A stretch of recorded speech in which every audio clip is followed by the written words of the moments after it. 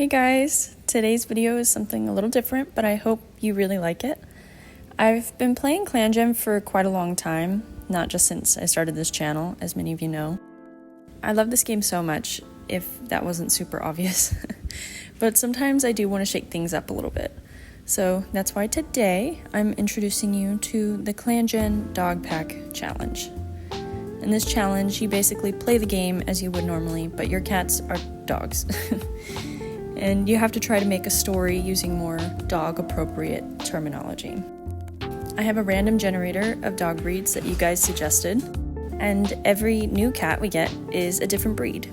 So feel free to suggest more breeds for a chance to get in on the generator. And try to suggest breeds that haven't been suggested before so we don't end up with like a pack that is only labs and huskies and pit bulls. For this series, I'm loosely basing my story on what Clangen offers me, and I'm trying to create an interesting story as time progresses. So, without further ado, let's jump over to our main character, Comet. Comet is a male American Pit Bull Terrier. He's about 5 years old and once lived with humans. He had people, but he doesn't speak about them. They clearly didn't care enough about him to keep him, so why should he care enough to keep them in his memories? Because of his last home, he has a deep distrust of humans. His assumption is that they are all bad and bound to leave you in the forest just like they did to him. Comet grew up in the wild though. He knows how to survive on his own. This was his saving grace. Now he's a lone dog that scavenges in the city, near the forest, for small prey or human scraps. It's not the best life, but he doesn't have to fear being abandoned because he has nobody to abandon him. But all of that is about to change when he meets two dogs lost in the city, desperate to find their humans.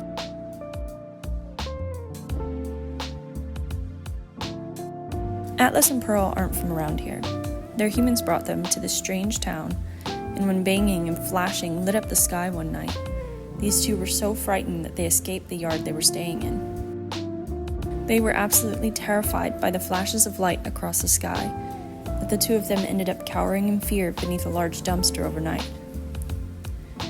When they woke the next morning to the bustling sounds of the city, they were completely lost. But lucky for them, a street dog was scavenging in the dumpster they were hiding under. When the pair of them met Comet, they were not on the best terms. At first, Pearl begged the street dog to help them find their humans, but Atlas was convinced he could find them himself. He didn't need some street dog to help him. Nose held high, Atlas set out with poor Pearl in tow to find their humans. However, after several hours of searching, there was no luck.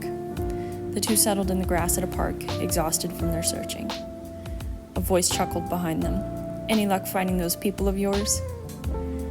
Comet had been following them, curious to see their progress. He felt bad for the two of them and agreed to help them find their way back. However, when they finally found the yard they had been staying in, there was nobody home, and no sign of their people. Pearl and Atlas knew they had to find their home. They could tell that it wasn't anywhere nearby because they had never seen the sights or smelled the smells of the city. No, it wasn't like their home at all. In fact, Atlas could remember driving through a forest with the humans on their way to this place. So they set off to the edge of town, where Comet knew the forest lurked. Comet, unhappily, went with them. Although he was a city dog, he knew the two of them wouldn't make it in the forest alone. He had been there before, and these two wouldn't make it. As if proving his own point, while on their journey, Pearl was nearly snatched up by a coyote.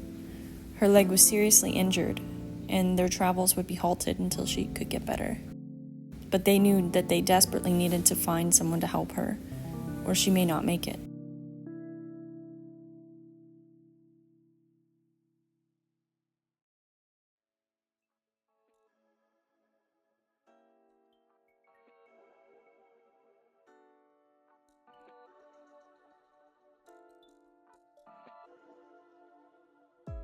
When a storm blew through the forest, the trio were able to find shelter in a musty old cottage that smelled faintly of humans, but just barely. Little did they know, the cottage was protected by a vicious guard dog, a Jack Russell named Dude. Dude demanded that these dogs leave her home, her hackles raised and teeth snarling at the dogs much bigger than her. But when she saw the state of the older, injured female dog, she softened slightly. She allowed them to stay in her home on one condition: they don't go up the stairs. The dogs agreed and settled down for the night, speculating about what Dude could be hiding upstairs. The terrier was very skinny and didn't look fit enough to actually fight them off, so maybe they could go peek? However, they didn't need to. A soft murmuring sound would quickly give away her secret. They could hear the sound of pups and knew Dude must have a litter in the house. The next morning, Dude got a good look at Pearl's injured leg, and it wasn't looking good. "I know a dog that can help you," she conceded, "but I will only take you to him if you three can promise me one thing. You have to take myself and my pups with you," she explained. There was very little food near the human house because of poison that had been laid out not long before her humans disappeared. She was desperately hungry, and so were her pups. She had had a litter of 8, but was now down to 5 due to starvation. Atlas and Pearl agreed wholeheartedly, but Comet was a little less than enthused about adding 6 new dogs to his already too big pack. But, of course, he conceded. How could he say no to, well, puppies? When the storm passed, they traveled toward the healing dog's territory, and the pups grew quickly, learning as they went. This is Ember, and she's one of the lankiest of Dude's daughters. Dude's litter was sired by a border collie, so they're a bit bigger than Dude is.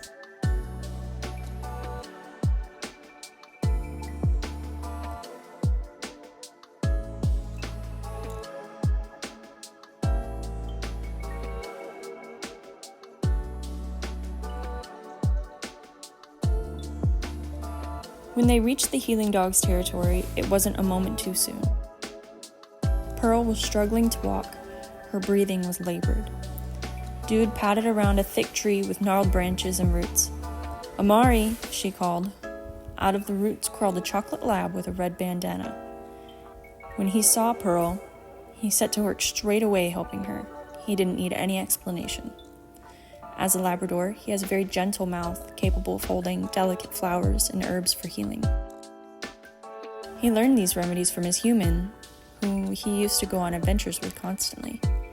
They ranged this forest all the time.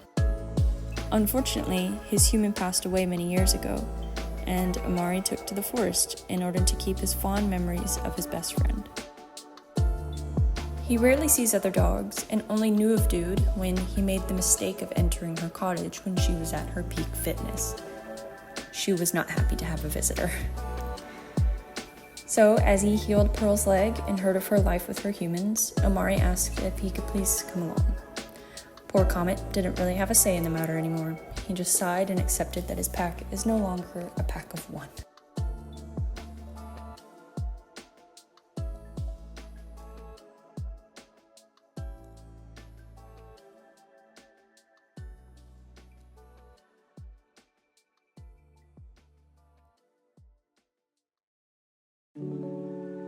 As the pack traveled through what seemed to be a never-ending forest, Dude's pups grew very quickly. They learned how to hunt, and the pack was thriving with this nomadic lifestyle. Everyone seemed to be relying on Comet to lead the way to the city, but he didn't have the heart to tell them that he was desperately lost. So, for months, they wandered the forest, gaining members to the pack and watching the puppies grow. This is Jay. He's the more reserved and soft-spoken pup from Dude's litter, and took quite the interest in what Amari shared with their pack. He found the herbs fascinating, and from a very young age, followed Amari around like a little lost duckling. While his siblings learned to hunt and fight and wrestle, Jay learned the importance of different flowers and plants. He can be a little bit silly at times, and pretty childish, but he has the best of intentions.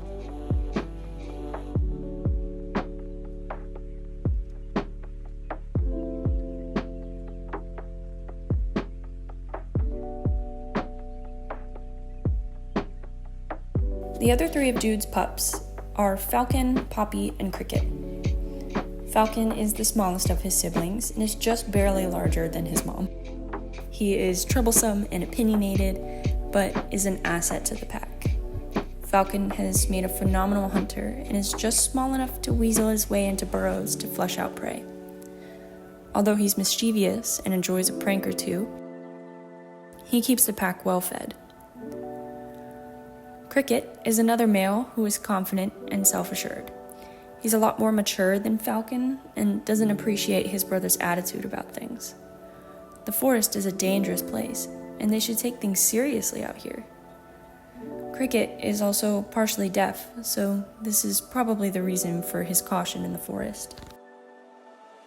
His sister Poppy is not cautious at all.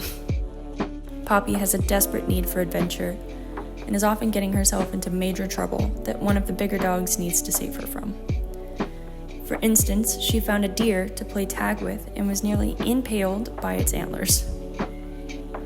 She just doesn't understand that she is a predator and can't quite figure out why none of the other forest animals will play with her.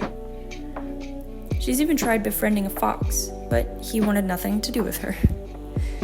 Cricket thinks they should have stayed in the cottage so that Poppy couldn't get herself seriously injured. Little does he know, if they had stayed, Poppy would have found a way to explore no matter what. Her need for adventure is far too strong. I don't know if you guys have noticed, but I've done this for a couple of the dogs, where I take my reference image and I put it under the drawing that I'm making. And I usually do that when I'm struggling real hard with anatomy. Sometimes I just can't get to grips with what I'm seeing on the picture, and so I'll just add it underneath my actual drawing and try to make it look better. I did that for Poppy because her muzzle was not quite pointy like the reference, but I just couldn't get her face to look right, and so I added the reference underneath the picture of Poppy, and that helped so much.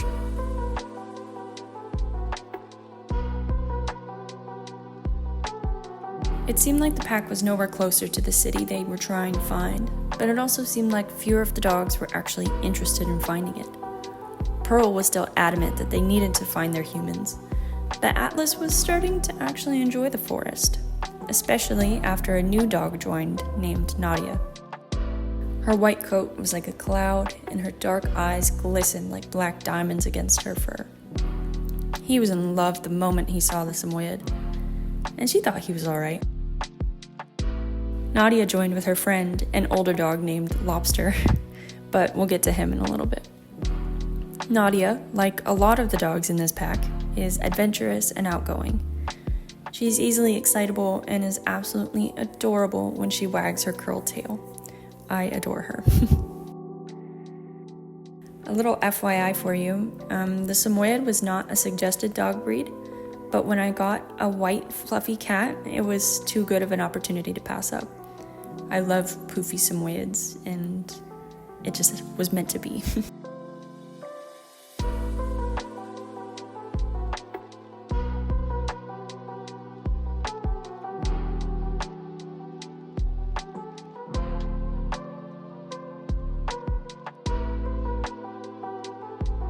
Lobster is Nadia's pal, and he found her on the streets as a young pup. He practically raised her and taught her the way of the streets.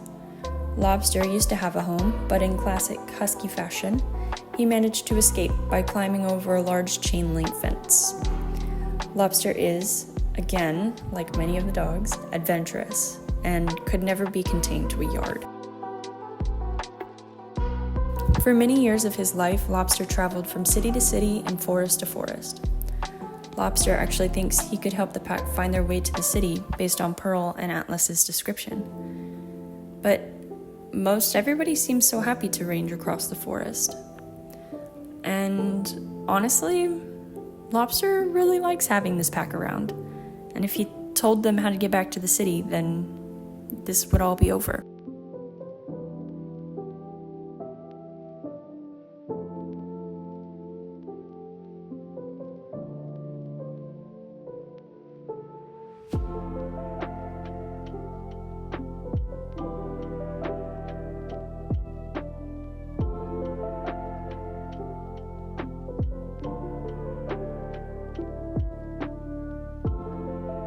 Bandit is the final dog that joined the pack this year. He was a young hunting dog who unfortunately got lost while on a hunt when a sudden storm rolled in. He's secretly not that great of a tracker and couldn't actually scent his way back to his people. So when he found the pack that seemed very welcoming, he joined them. It seemed he had no choice. Bandit has been suggesting to the pack that perhaps they should consider settling in a territory instead of free-ranging. He thinks they could be safer if they had a base camp that they could protect from intruders. As a hunter, Bandit is aware of the predators that range this forest, including coyotes, mountain lions, bears, and occasionally wolves. If the scent of a large dog pack is concentrated in a territory, maybe the predators would be deterred. This could help keep some of the smaller dogs safe. The majority of the pack is in agreement with this choice, and they are now on the hunt for a good home base to call their own. So next year, the pack will be traveling in search of a good home. And that's all for Dog Pack Clangen Challenge. If you guys want to see another year or another few years of this challenge, please let me know. It was so fun. I love drawing dogs, and I love how different all of the dog breeds are. Feel free to suggest dog breeds in the comments to be added to the random generator, and suggest some names for future characters or puppies. I hope you enjoyed the video, and if you join me for my next one, then I'll see you then.